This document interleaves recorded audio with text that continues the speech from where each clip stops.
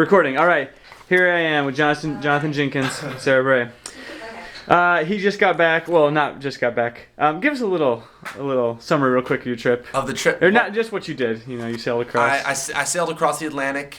Then we biked across France, did the run in the Bulls, went to the Tour de France, went to the Alps, did alpine climbing, glacier climbing, then headed to Paris and stayed with some people in Paris, did the whole tourist Paris thing.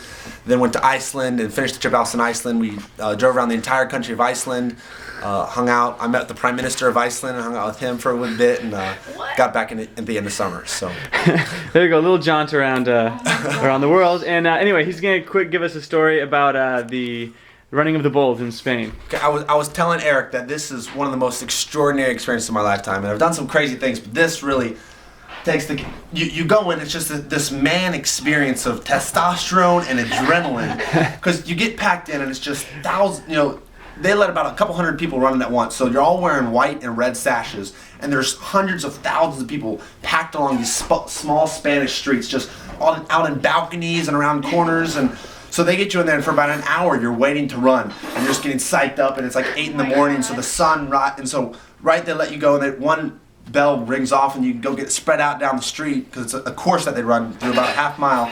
You come around the corner and the sun is like right in your face, glaring over, so it's just like you're coming out like a gladiator with all these guys stoked up and the sun's just in your faces and thousands of people cheering.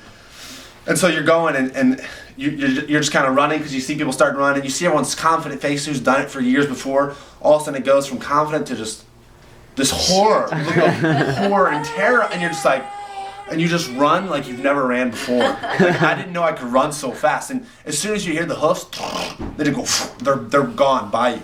And the scariest part is because people panic and they run to the side, and then you get trampled and stomped down to the side and get cut, because there's big pile-ups. And oh my God. So I made it through that, and you're trying to do it. But if we chase the Bulls all the way into the arena, they let about a couple hundred people there, and there you can kind of go try to touch them, and they'll let one bull out at a time.